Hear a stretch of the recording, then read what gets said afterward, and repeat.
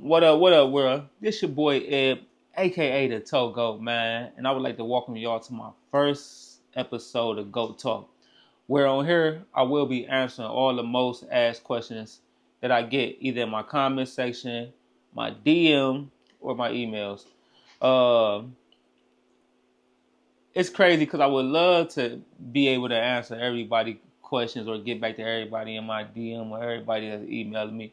But it's impossible when you got like man thousands and thousands and thousands of comments and emails and DMs on top of each other. It's I never get back to y'all. So I felt like this is the best way I can do it. You know, it's just by skimming through all the comments and stuff and all the emails and just narrowing them down and trying to answer like all the most asked questions that I get. So listen, man, with no further ado, we about to hop right into this. So listen, one of the first questions that I always notice on my page is what happens when the e-brake is on a car and you try to tow it? Well, either two things are gonna happen. Either the car is not gonna move, or if I do try to move, you know what I'm saying, with the car on my unit with the e-brake on, it just come right off and damage the car. So that's pretty much what happens. So a lot of cars with the e-brake on, what you have to do, you either gotta dolly them cars, you know, or you gotta get into the car either with a lockout kit and disengage the e-brake, or but like most of the time we just tow them with the dollies on, you know what I'm saying, make it a lot more simpler than trying to sit there and get inside the car. And a lot of them got electric e-brakes, so you can't even turn them off once you get inside the car, especially on the newer model cars. On the older model cars, you can just turn them right off simply, but a lot of the newer cars, you can't do it. So to all the people out there that want to know what happens when the e-brake on, that's pretty much it. All right, so number two, the second question that I get asked a lot, man, is have I ever towed the wrong car? And hell no, I ain't never towed the wrong car, man. See, I don't tow the wrong car because a lot of stuff that y'all don't see, y'all just see me pulling up and grabbing the cars. Y'all don't see a lot of the work that goes into, you know what I'm saying, getting the cars, or a lot of behind the scenes. I never tow the wrong car because I always have people there before me that's checking the VIN numbers, checking the surroundings, checking if the vehicle occupied with either babies, other people, or pets, you know. So before I even pull up on the scene, I already know what's going on. I already know the VIN numbers is already verified. And even if my team is not with me and I come across a car that I get a ping on, or the license plate reader go off on, I always get out and double check the VIN numbers, you know, because people can easily switch their plates, you know. So to the people that want to know, have I ever towed a car, the wrong car? The answer is no. I never towed the wrong car, man. You know, so we always like they say, uh, cross our T's and dot our I's, man. You know what I'm saying, when it comes to that. To the next question that I get, man. Do I strap the vehicle down? Of course, I strap the vehicle down. Um, I never strap the vehicle down on site because I be trying to get away from the actual initial scene where I'm at, you know, because we try to limit the altercations, you know, because a lot of times we do not like altercations with the customers, because we know 9 times out of 10 is never going to be an easy transition.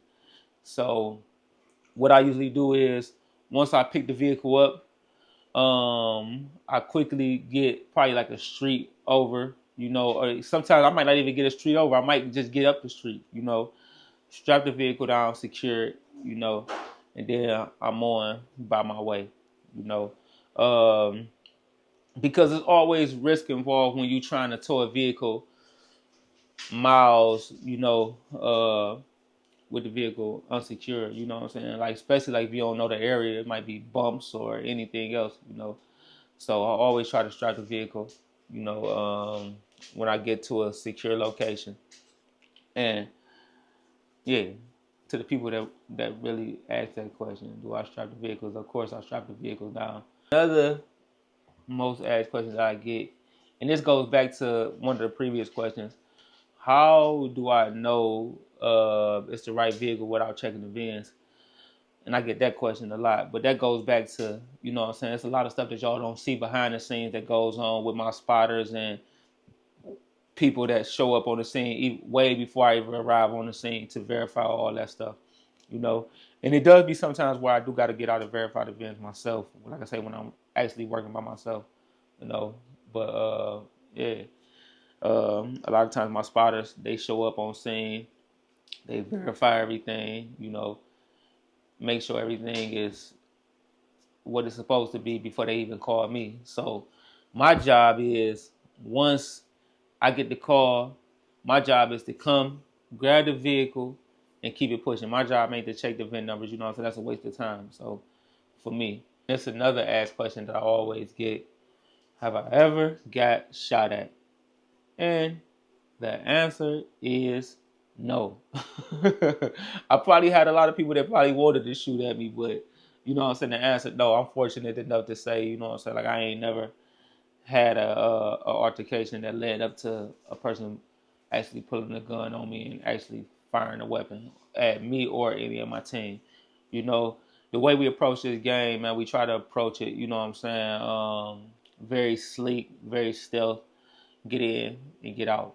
You know what I'm saying? Because I don't want uh, me or anybody in my team, you know what I'm saying, having to go through stuff like that, you know what I'm saying, and that being on our conscience if something happened to somebody. So we're very fortunate enough to, you know what I'm saying, never have that happen to us at all. All right, so another most asked question that I get is, how do I tow all-wheel drive cars and trucks? So to a lot of people that don't really understand, um, what we use is this equipment called dollies. And what dollies pretty much do is substitute for either the back wheels or the front wheels. You know, they kind of lift the car off the ground, so all the wheels be off the ground. So it's almost like you're towing it with a flatbed, but they just these little wheels they call dollies. That's all they is.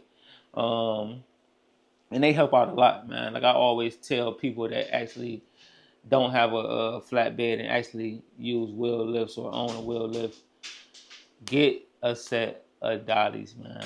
They'll save you so much trouble in the long run, and they also help you out and help you um, make a lot of money too, though. And they really ain't expensive, but they worth the money. I think I paid like $2,700 for mine, and I bought them. They got two different kinds that people use. They got the in the ditch dollies and they got the Collins dollies. I actually got the Collins dollies. I like them a little bit better. But to each his own. Some people prefer the in the ditch, you know what I'm saying? Some people prefer the Collins. I prefer the Collins. But that's how we tow all-wheel drive cars and trucks. We use what they call tow dollies. Next question is, how much do I make per repo? And it really just all depends, though. You know what I'm saying? I think the average repo start off around like $600-700, but it can go all the way up to in the thousands. You know, it just depends on the vehicle, whether it might be a car or a truck. It might be an all-wheel drive. You know, it just all depends. It might be a luxury vehicle, a Corvette, a Bentley, a Rolls Royce. It just really depends, you know. So I always tell people it just really depends on the vehicle. You know what I'm saying? How much you get paid per repo.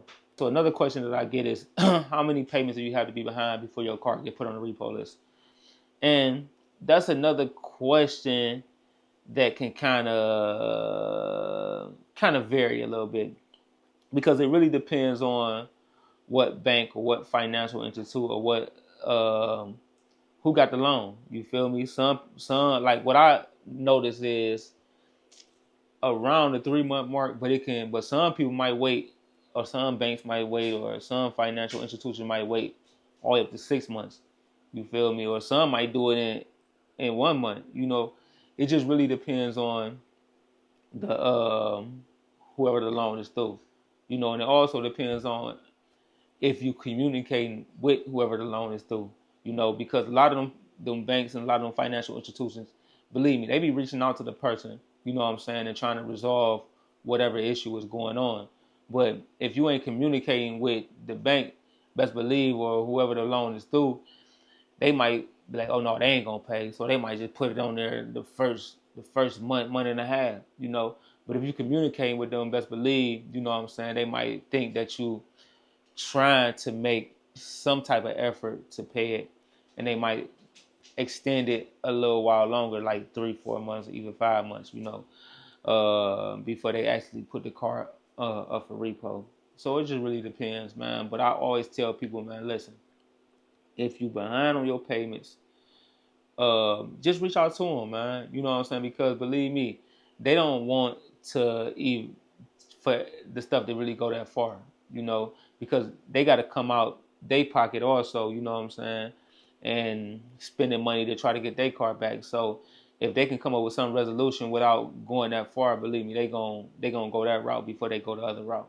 Another most asked question that I get: why I never wear my seatbelt on my repos, and it's a few different reasons why I don't wear my seatbelt, especially when I'm pulling up on repos, man. Like, you know what I'm saying? I try to wear it on a regular, like when I'm just driving or but when I'm pulling up on repos, man, believe me, that baby coming off, because I'm always like, I don't want to restrict my movement, you know, because I'm always turning around. I always got to like, kind of look through my rearview mirrors or check my surroundings, you know, and I don't want to be hindered, man, because that's a hostile situation that I'm in. You feel me? And I got to be able to, you know what I'm saying, react and get up out of the situation. And I can't have my movements restricted. You feel me? You know what I'm saying? Especially when I'm trying to look here, and I'm in tight situations, you know. So whenever I'm pulling up to a repo, man, like a block or two away, I'll always remove my seatbelt so I can have that peace of mind and feel like a little bit safer and like know that okay,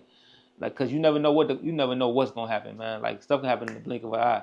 You know what I'm saying? Whether it's dealing with hostile, you know what I'm saying, people who cars that we repoing, like I don't want to feel like restricted and I don't want to be restricted. So I always take my seatbelt off when I'm about to pull up on a repo. So that's my reasons for not wearing a seatbelt, especially when I'm doing my job, man. Like, you know what I'm saying? In any other situation, yeah, most definitely have your seatbelt on when you're just driving, you know what I'm saying, because they can save your life. But when I'm pulling up on that situation like that, and I'm in environments doing repos, like no, that baby coming off because I gotta be able to see, I gotta be able to move, I gotta be able to react. So that's why I don't have my seatbelt on when I'm doing repos. But listen, man, that's a lot more questions that I would like to answer, and I will be answering in my next segment of Go Talk, man. So y'all most definitely stay tuned and listen, man. If y'all tuned into this, man, y'all not subscribed to my channel, man, make sure y'all hit that subscribe button, man. Make sure y'all hit that like button.